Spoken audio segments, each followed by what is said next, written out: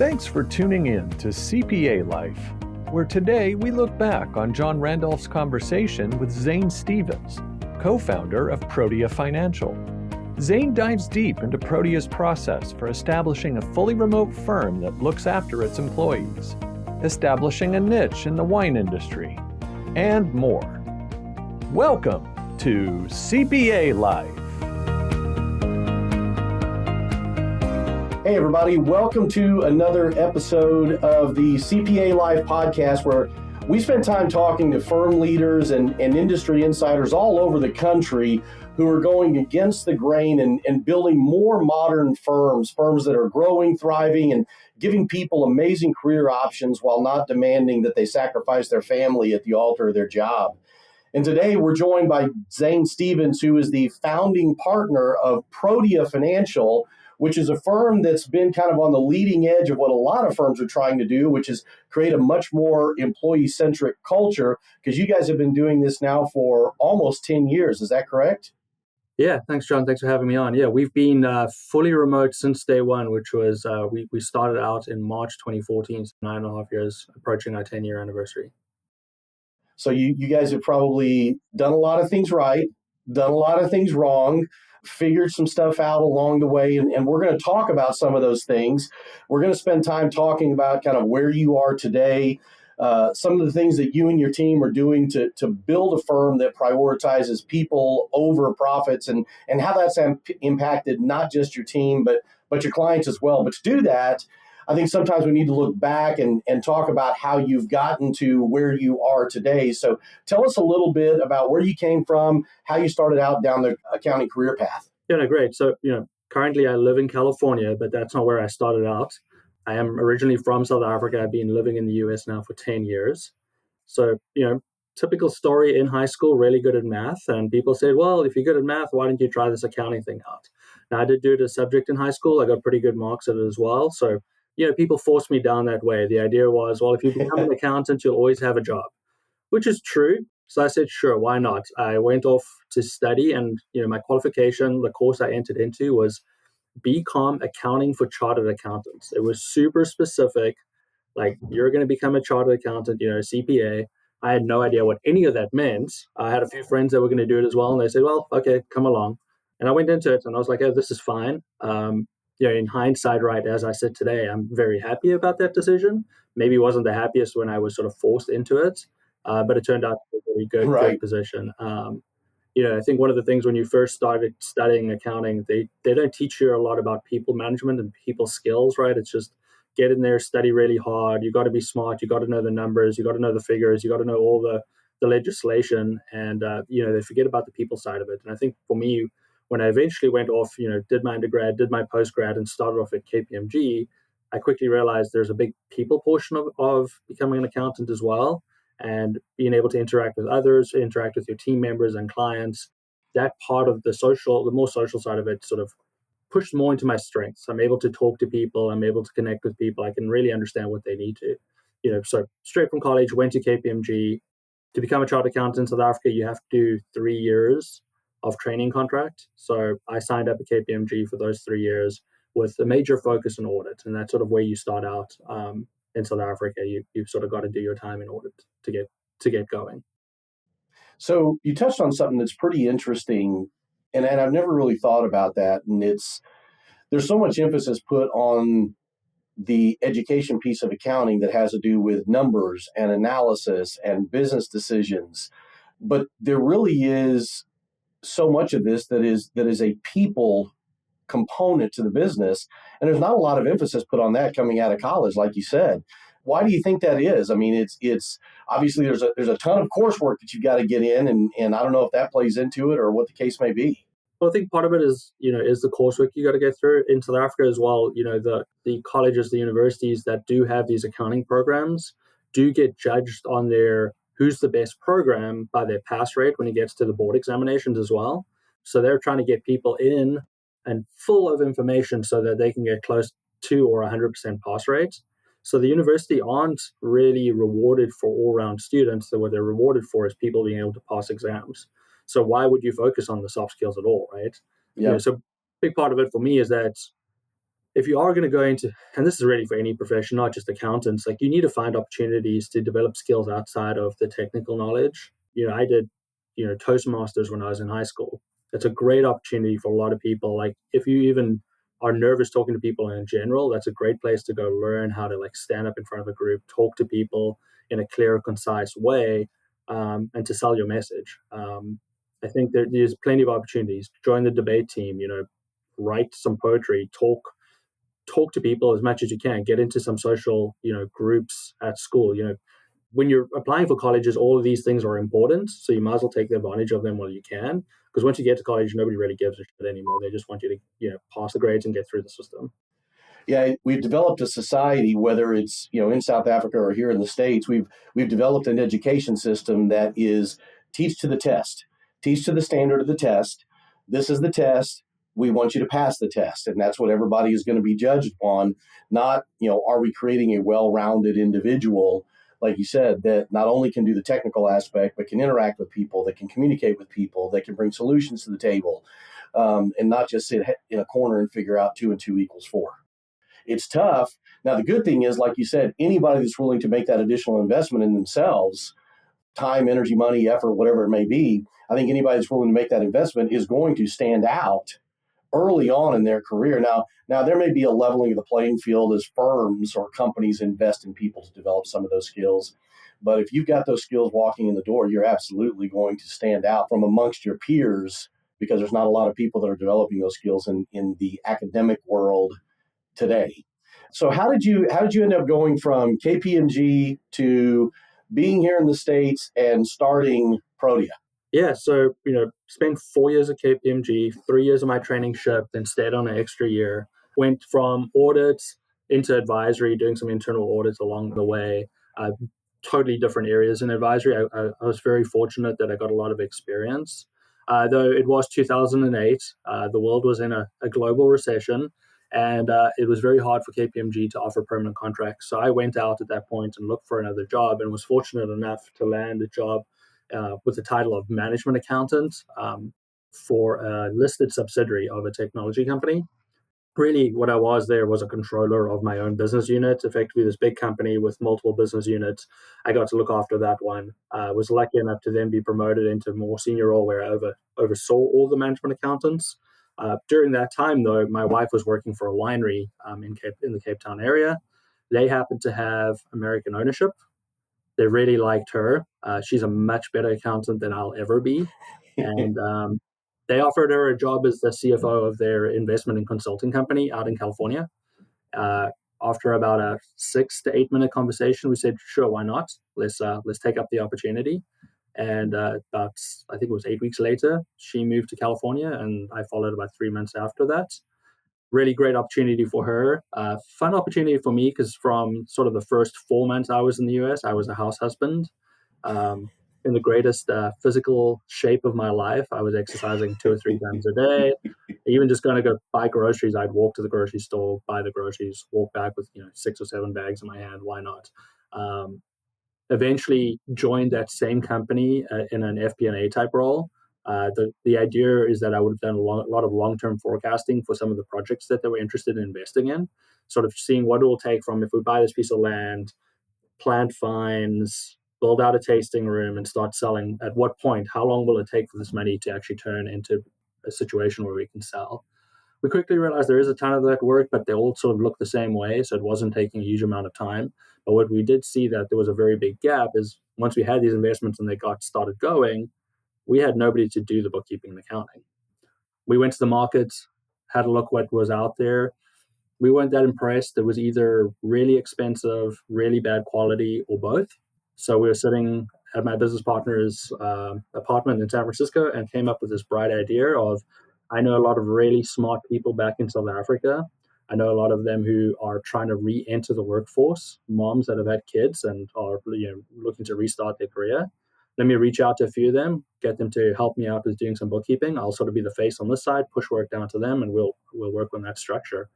And that's how Protea was formed. And we still sort of follow the same structure from this day, with a team out here in the US, 8 of us based in the US, 6 in California, 1 in Washington, 1 in New Hampshire. We're sort of the face of the client, the communication point, and each of us is supported by a team on each project down in South Africa, where we employ 31 people. So a total team of 39 people over 2 states. Wow. We are a remote team, though we do have offices. I'm at our office today, though I don't know if anybody from the US has been to this office since 2020. So it's pretty much just me coming here. We have an office in South Africa as well. It's used a little bit more. We do pull the guys in. There is 31 of them. So we try bring in opportunities for them to get together, see each other, talk to each other. We do performance appraisals, team meetings, that type of thing in person. So it's more in the hybrid state, but they're at home like 95% of the time. So it's a very small requirement to be in the office.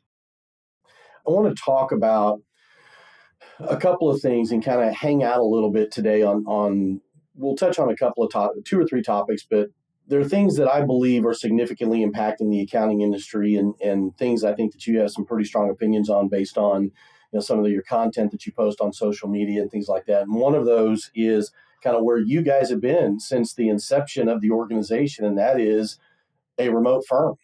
You've run Protea as a remote firm since the beginning.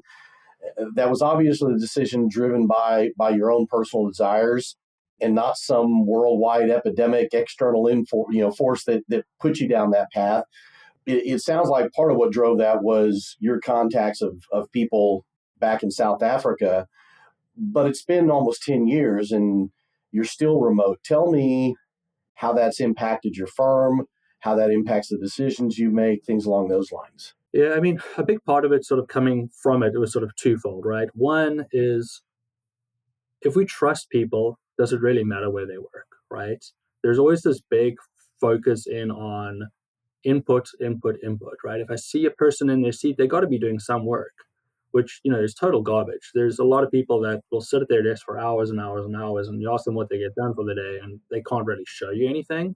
They're just sort of filling a seat. And I felt that, I was working for this listed subsidiary, and I loved working there, but the first of every month, I pretty much sat at my desk and paid bills and went on social media and just hung out because I couldn't start anything till everybody else was done with their work. So there was nothing I could do. Though I wasn't allowed to work from home either during that day or, just take the day off. I still had to be available and I had to be seen, which I thought was just total, it was just rubbish. And it was also one of those where I couldn't just 4:30 leave as well. I sort of got to, pretend that I'm actually, putting in the hours, especially Right. If I'd look out my window and I'd see the person who's capturing my AP still working, I probably shouldn't be leaving before them. I've got to make them feel like they're not alone. I thought that was just absolute rubbish. Why should I not be able to use my time? The other part of that was sort of every time I needed to go pay a bill or if I was sick, I had to go ask permission to go do that. And I thought this is the craziest thing in the world that we expect adults to get permission to do simple things. So the whole weird environment, and obviously it felt it, it was a KPMG, big global firm, working long hours, and was the same environment. As much as I had a little bit more freedom there because I was trusted, I still had to ask or tell people where I was going. So coming into this, I really wanted to provide an environment where we could treat adults like adults. You've got your workload, get it done. I don't really care when, as long as you're not holding anybody else up, just get the work done. The other portion of it is that I wanted to be able to work in an environment where I could do things that I wanted to. At that time, I was still running a lot, and I wanted to be able to get out for a run whenever I felt like it. I'm not one of those people that can get up early in the morning and go for a run. I hate it. I really struggle to do it. I like to run in the afternoon, but I don't want to go too late in the evening as well because I am also very habit driven, and I like to eat dinner at 6:00. So I've got a very small window when I want to be able to do it. So I wanted an environment where I wasn't tied to a desk, tied to a group of people where I felt like I needed to be seen by them. I could sort of adjust my schedule as we go ahead. So that was the big focus. It's just treat people as if they are adults, trust them to get their job done. I mean, if you don't trust them, why you're hiring them? And the other part of it is just to provide people flexibilities to do what they want when they want. The flexibility side has really paid off now that I have young kids as well, and allows me to have the opportunities to just disappear to a school event or coach their sport or whatever it is. I can adjust my schedule around what I want to do during the day. It's so critical that you give people that space and that freedom to do things. And I think that when you do that, for the most part, people step up in situations like that when they recognize and realize, that you trust them, you're not watching over their shoulder. there's a project that needs to get out the door, there's work that needs to be done, and they're not trying to squeeze 2.5 hours of work into 8 hours of the day. If they can get it done in 2.5 hours, get it done in 2.5 hours. I really saw the dynamics of that. In my personal life, we homeschooled our kids. I had a youngest daughter that was up early in the morning, knocked her schoolwork out, was done by 9 o'clock because she wanted to go play. She ended up being a National Merit Scholar. She graduated with a 4.0 GPA with an undergrad and a master's. So there's evidence that if you give people the latitude to succeed in a space that is right for them, i.e., hey, there's a window this big that I want to go running in, and it's not early in the morning, people are going to step up and they're going to deliver for the most part. And I think that there's always that concern of, well, what about the person that takes advantage of that? How do you balance that? Yeah, I think one of the big arguments always is like people have to earn the trust to be flexible. And, my big thing is they earn the trust by going through the interview process and me making the decision that I want to hire them, right? Like, Amen. I decided that I really like this person. I want to give them an opportunity. So they already have the trust. I don't know why people feel like they need to earn it. Now, if you screw it up and you lose the trust, well, you're going to get monitored a little bit more. And there are people that are going to need a little bit more help and more guidance, or really what they need is just tools to allow them to better manage their days, right? Because none of us sort of in the traditional environment are given the tools to be like, this is your day. Everybody's gone into this. I mean, think about school. You go to school at 8:30 and you finish at 3. Like, they tell you what to do, when to do it, and how it needs to be done. You go to university or college, it's pretty much the same. Obviously, you've got a little bit more latitude and you get to decide what subjects you want, sort of. They pretend that you to choose. But everybody's telling you when to do things, when you're going to write that exam, when that project is due. Where now you get into this inflexible environment, it's like, I have these deadlines, get there. And people don't necessarily have the tools to do it.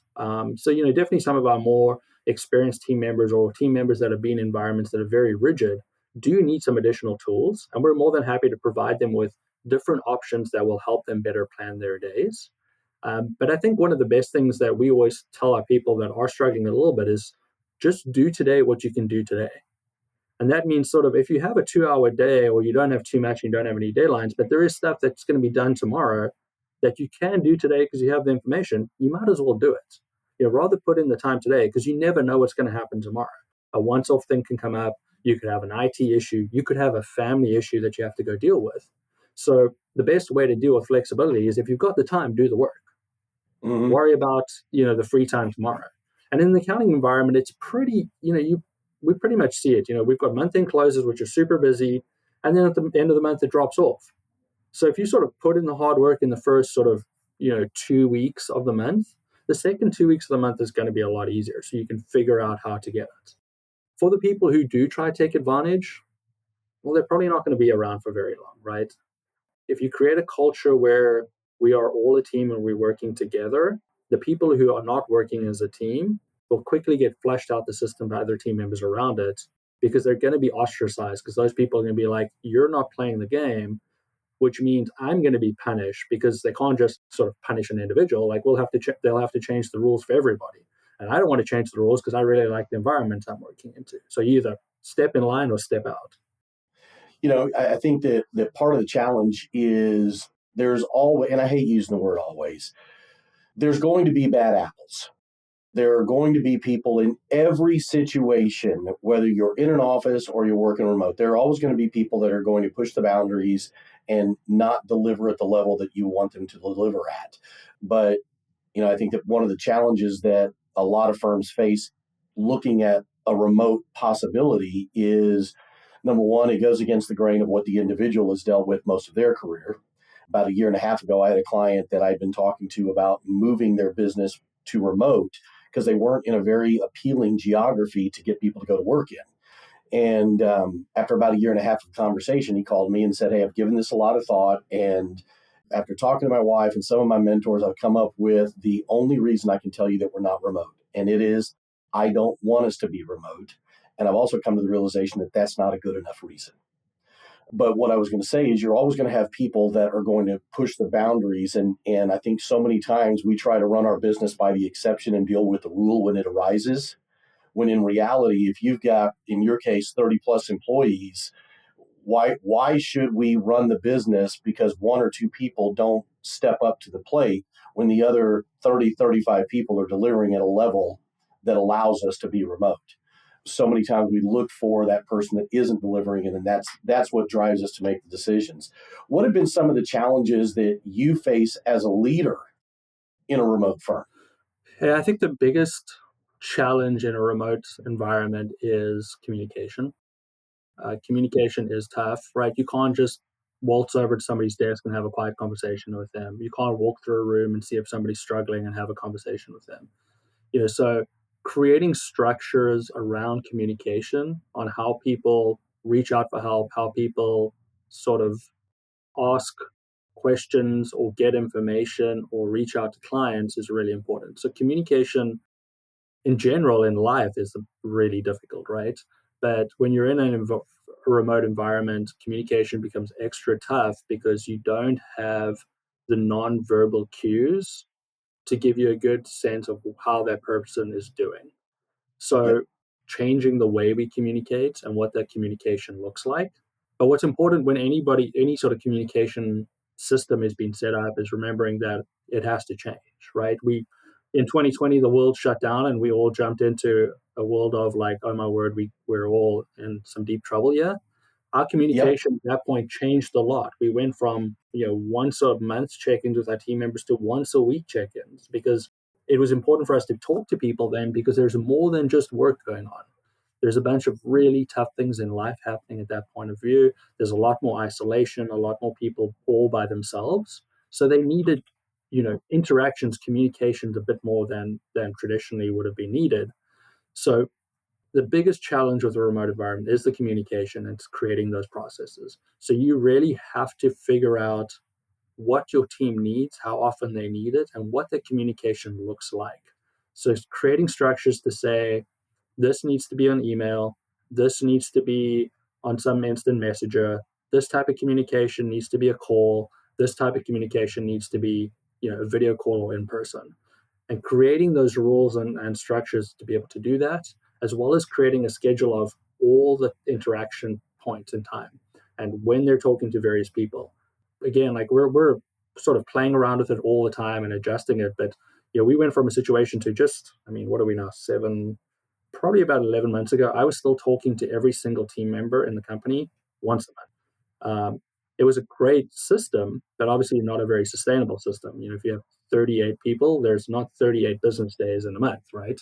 And Right. there's some of those people that I had to talk to more than once. So now we've moved to a system where I'm not talking to everybody every month, but I'm making sure I talk to every single person in the company so they have some of my time so they can ask questions, raise any concerns they have twice a year. So that structure will change. And that I only decided on moving to that twice a year 4 months ago.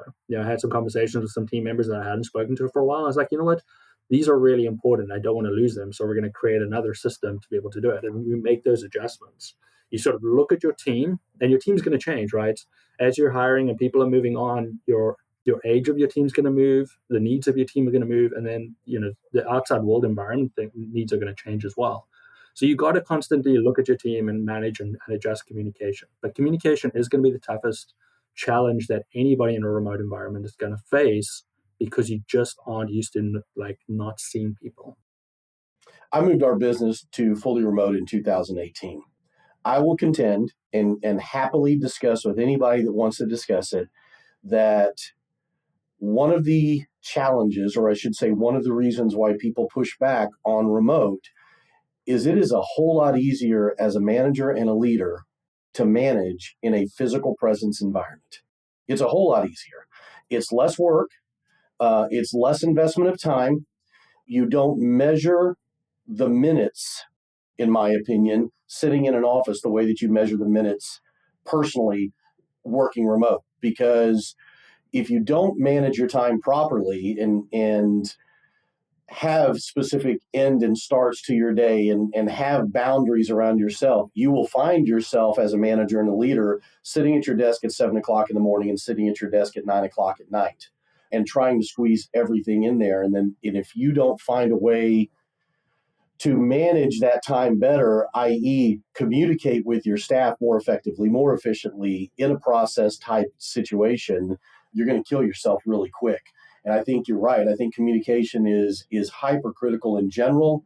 But in a situation where, like you said, you can't stick your head in somebody's cubicle, you're not running into each other in the kitchen, you're not passing each other on the hallway, there's got to be some purposeful communication and touch points in there. One of the things that that I was going to ask you about is in your remote environment, do you find it critical to bring people on, when you bring them on, that are not afraid to raise their hand and say, hey, I need help? Because I could see in a remote environment, and I've experienced, if somebody is a little reticent to say, hey, I need some help here, you can blink and you're down the road 2, 3, 4, 5 days working on a project, and there's been no communication because you assumed everything was going well. Yeah, it is an undervalued skill in a remote worker, somebody who's not scared to ask questions. And it's tough, right? Because you can't really judge that in an interview process. You can ask people, oh, what do you do when you struggle? And, the textbook answer is like, I'll try it myself. And then I'm not sure, I'll ask, everybody's going to give you the same answer. And you're never really going to understand how people actually deal with those situations until they're in it. And it's interesting because sometimes people will start really well and they'll ask questions in the beginning when they're stuck, but then they feel like they've been around for a little bit, and then all of a sudden they reach this point, they're like, no, I shouldn't be asking that question. And I'm always a big believer, ask as many questions as you like. That old saying, there is no stupid questions. Well, there really isn't. And I'd rather have more communication and more questions, as long as they're not repetitive. You're not asking me the same month, where did I get that file type situation.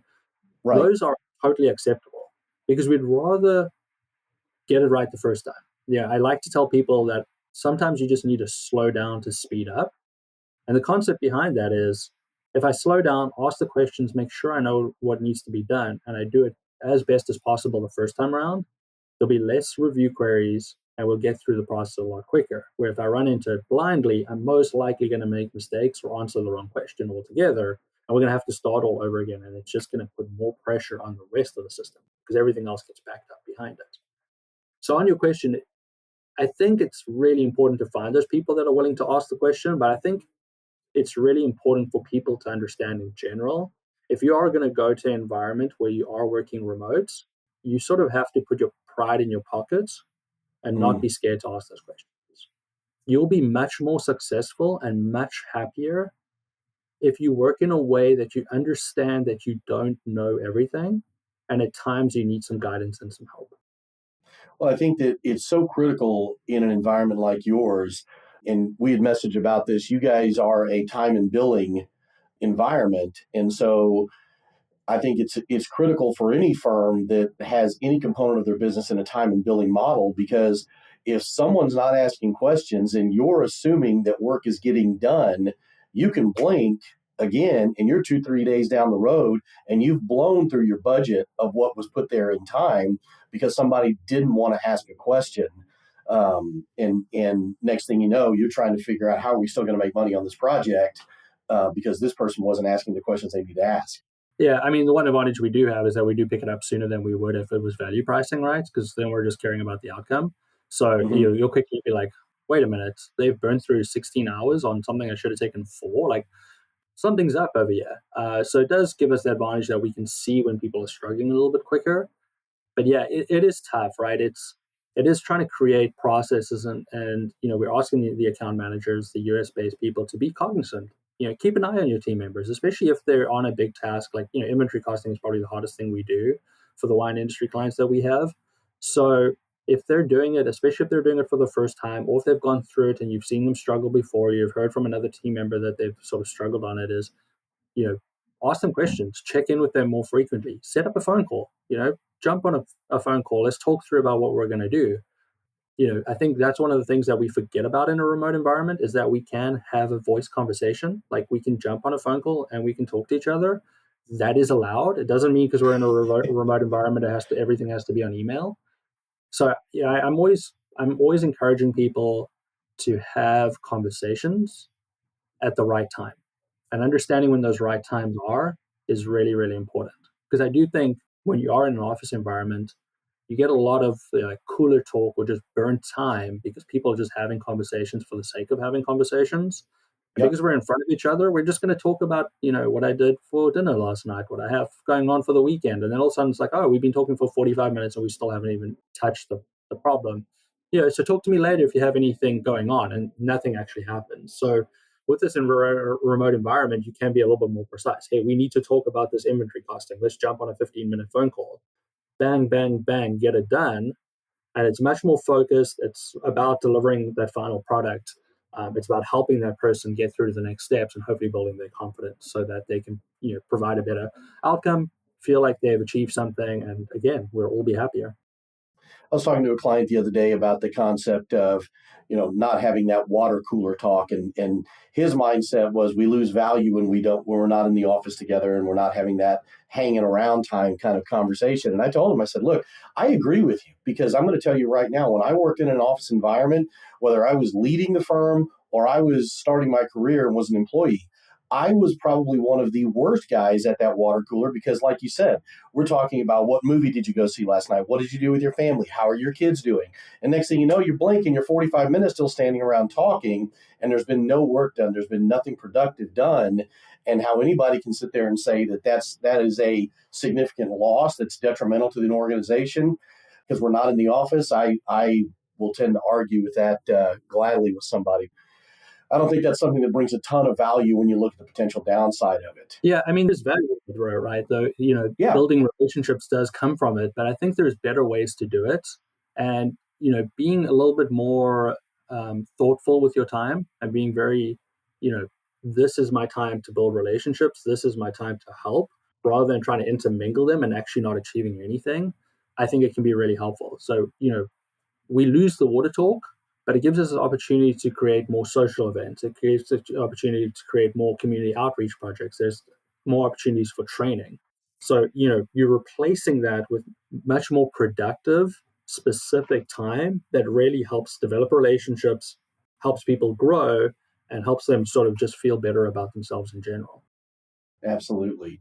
The second thing that I wanted to spend a little bit of time talking about is the concept of a niche focus. I've been a firm believer. I've been a part of 32 startups and turnarounds, and I've said for years that the consistent thread of failure in every turnaround that I worked with or startup that I worked with that did not launch successfully was trying to be everything to everybody. And I will contend that as a small business owner, if you're not willing to put a stake in the ground and say, this is who we are, this is what we do it as good or better than anybody else, and there's a lot of other peripheral stuff around us, we'll let other people go fight over that. That's not who we are. I think unless you're willing to do that, you're going to end up competing with the KPMGs of the world, with the EYs of the world, the BDOs of the world that have much deeper pockets and much larger resources to be able to go out and deliver for their customers. So there's some that say that you're losing business by not being a service provider to any and all potential clients. What do you say to people in a situation like that? Because you guys have a pretty narrow niche.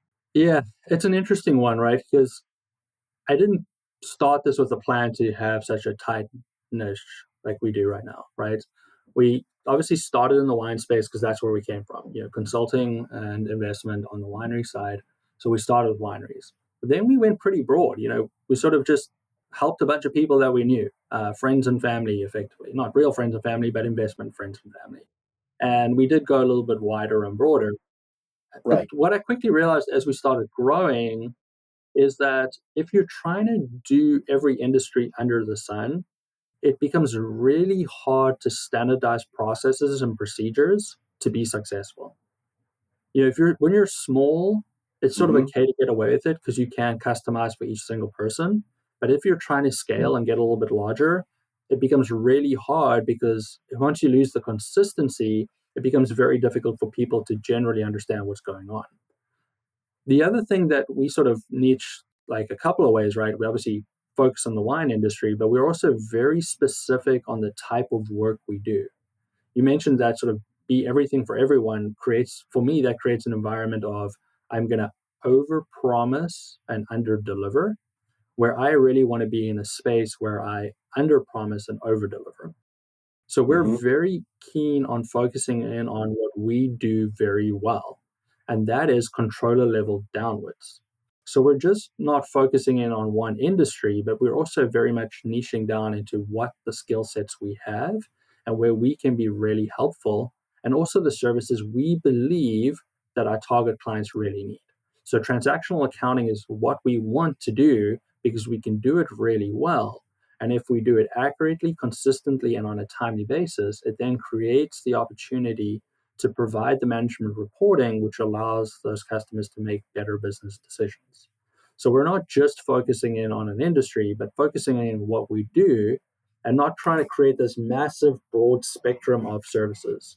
I've seen other firms where like they're not just doing accounting, they're doing FP&A and CFO, and they're also going to help you recruit people, and like they've got 1,000 service levels, and I'm just like, that's just not for me. I can't control all of those outcomes, and it's very unlikely that I can hire experts in all those fields. So why not just focus in on what we're really good at, what we think our clients need, and be the best at it, and just do it better than everybody else, right? I want to help you with your transactional accounting. I'm not a firm that wants to be your CFO, so we'll do transactional accounting as a grudge purchase. We want your books to be clean, accurate, and concise. And we see the benefit of it. We've had a lot of clients go through diligent processes, and I can guarantee you now, not a single one of them have been held up because of their accounting information. We're able to turn reports over in within minutes, to tell the truth. We hold on to them a little bit longer, not to set false expectations, but we're able to get them those reports because the work's done. We're focusing in, closing those books in 10 business days. We're making sure if your work needs to be touched daily, weekly, monthly, quarterly, we're doing it. And we're doing it consistently. We're very thankful. We implemented carbon practice management, probably 2018, I think, and that made a very big difference to our business. But we have very good structures in place to do what we believe is important to our clients. And we do it consistently. We give them what they need, and we help them be successful.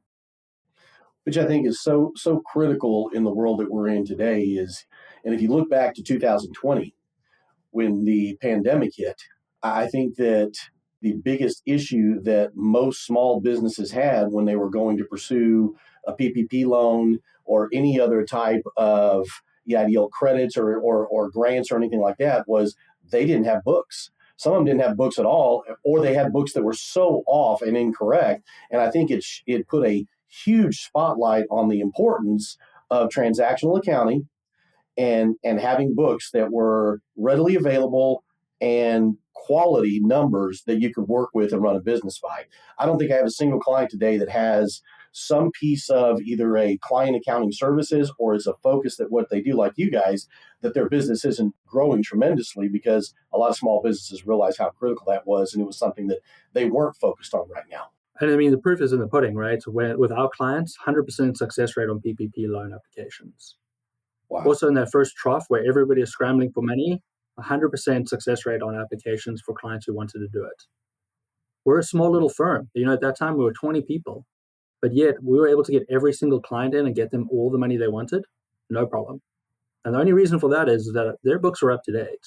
Mm-hmm. Their books were accurate and were quickly able to pull the reports. Yeah, we had a bit of a cheat code, right? We had people 10 time zones away doing the work while we're sleeping, so we're front of the line. But that's the structure we set up. We created an environment that would allow us to move quickly.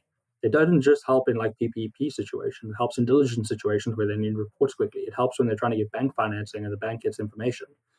Because you know what? One of the big things that people forget about is a lot of these people don't even really care about the accuracy. They just want to make sure that these books are actually up to date and somebody has some confidence in them. Mm-hmm. Because I think anybody that's smart in business or accounting knows that no set of books is 100% accurate. It's physically impossible because there's too many variables. You want to get it really, really accurate, and you get as accurate as possible. But if you're confident and you're moving quickly and things are up to date, people will feel comfortable. They'll feel like somebody's at least paying attention. And if you can get a business that can come into your business and support you in a way that can always be consistent, can be on time, and moving at a pace that helps you run your business. I mean, businesses move quickly. There's no point in getting a month in close 45 days off after a month in. Like, what's the point? Why even pay for it at that point? Yep. Yeah, at that point, you're working off outdated data that really isn't going to be able to allow you to make key business decisions to affect your business today. One of the things I wanted to ask you about that has nothing to do with remote work or a niche business is you posted something on LinkedIn recently that you cook dinner 5 nights a week. Is that right? I do. Yeah. Yeah. I love cooking in general. And then part of it is just sort of part of my relaxing, my relax and wind down process. Yep. It's just some quiet time. I'll either put some music on or put a podcast on in the background. Maybe my wife interrupts me with some conversation about the day, but it just gives me a moment to sort of settle my thoughts. I mean, I would say it's pretty much as close as I'm going to get to being able to sort of meditate, where I can just Mm-hmm. focus in, get the food done. I also feel like I'm, actually creating something. So it's a little bit creative and I'm actually achieving something because there's a final product. And then it gives me a lot of joy to be able to provide my family with a meal which we can sit down together and have a conversation with afterwards. Yeah, the reason why that jumped out at me when I saw that the other day is that's kind of my space also in the house and has been for years. My wife, I always joke and say that my wife cooks out of necessity. We have to eat. So if she cooks, it's not an event. It's, we have to eat. Therefore, we're going to cook, get it done, get it out, and move out of the way. And to her, it's Yep. work. To me, like you said, it's a place that I can go and kind of meditate in. The other thing that's pretty interesting is I only had daughters. I didn't have sons. And my son-in-law one day came to me while he was dating my oldest daughter and wanted to know, hey, how do you find the time to be able to just sit and listen to all these girls in your house that need to talk? And I told him, I said, how many times have you come into our house and I'll make some type of appetizer, throw it on the counter, everybody gathers around and talks, and I'm sitting in the kitchen cooking? And he said, yeah. I said, that's how I do it. It's kind of my play to get them to come to talk, interact with dad, hang out. I can do what I need to do, and I've still got some FaceTime with my kids. So I think it's something that if we did a little bit more of when we're spending time at the house, those bonds and those connections, like you're talking about, being able to spend time with your family is critical. Yeah, and it's great. I mean, sometimes, my kids will just jump in and start helping. They will cut something or they want to stir or they want to, mostly eat the spices rather than throw them in the container. But, it can be as simple as, Saturday night we grilled some steaks, and while I was grilling the steaks, we're, shooting some hoops at the same time. So, I'm watching the food, spending time with them, being outside. It's for me, it's there's a meditative purpose of it. There's the creative side of it. There's the opportunity to actually, start and finish a project. But I also like the idea that, it's in the modern world, it's the only way that I'm really providing. I'm not going out there and I'm not hunting for my food or anything like that. But at least I've Right. gone to the grocery stores. I'm putting it together. Makes me feel like I am contributing to the household. We try to share tasks a lot of the way, but my wife does put in more than I do. I work a lot longer hours than she does, and for me, it gives me that one opportunity where I'm like, okay, I'm doing something that's really important for the family. Not just be able to feed them, but it's creating an opportunity for us to have conversations around the table. Yeah, and that's something that we've lost a lot of as a society because mom and dad are working and going 50 different directions at 100 miles an hour, and being able to come back to that table, as I call it, put fingerprints on the hearts of our kids that can't be rubbed off is priceless, absolutely I priceless. love it. Yep. You've obviously built a great business with Protea Financial, and you're doing it in a way that many firms are still struggling to figure out with a remote presence. People, in the States, people outside of the States. How do I grow this business? How do I lead this business? If someone is wanting to learn more about how you're doing what you're doing, what is the best way for someone to get in touch with you or reach you? I think number one space is on LinkedIn. I'm there on a daily. Um, Probably not very good with my inbox there, but if you comment on one of my posts, I'm more than happy to follow up with a place to talk about. So that's the best place to sort of reach out to me. We do touch on a lot of what we do as well on our blog at proteafinancial.com, but LinkedIn's the number one place to reach out to me, and it's where I speak about running a firm, what it means, communication. I spend a lot of time talking on. So LinkedIn's the best place to reach out and find me. You guys also have a YouTube channel, correct? We do, yeah. It's one of those where I like to say we're still trying to find our feet there. There's a bunch of content, from videos from one of my team members in South Africa, just breaking down some basic accounting topics. We've released some segments where it's listen and learn, like your podcast, where it's just words, so you don't have to look at a screen. It's sort of just running through in the background. I've been going live. I've done 2 seasons of that, and I'll be going live again in August. And a lot of that is just sort of topics of the day. Let me talk about it. I'll spend 15, 20 minutes just talking into an abyss because I have 0 people watching me, even though it's live. But there's normally some good stuff in there. And then we've got a few collaborations coming out on that channel as well, where I'm going to be speaking to other firm owners and discussing some topics about flexibility, about setting the firm up, the difference between small and big firms, and growth and marketing strategies. So we're going to touch on a lot of that through these collab series. And the first one will be releasing within probably the next week or so. Well, you're doing a lot of things right, because you're obviously growing, you're adding headcount, you're increasing the size of the firm, you're making an impact with your clients. And I want to thank you, Zane, for spending a little bit of time with us here today. Hey, John, I really appreciate it. At the end of the day, we're just trying to help people. And if they like the way we're doing it, we're more than happy to help some more people. If we can do that in a remote, flexible way that makes people happy to be accountants, all for it. Amen. Thank you guys for joining us for another episode of CPA Life. And if you've enjoyed what you've heard today, give us a like or leave a comment below. And if you don't want to miss any of the great guests that we have coming up in the near future that are talking about some of the ways to build a more modern, employee-centric accounting firm, subscribe to the podcast on the platform of your choosing. And we look forward to sharing more insights about CPA Life in the near future. Until then, have a great day. We hope you enjoyed today's episode. Be sure to subscribe on your favorite podcasting app, leave a 5-star rating, and visit our website for links and show notes at cpalifepodcast.com. We'll see you next time on CPA Life.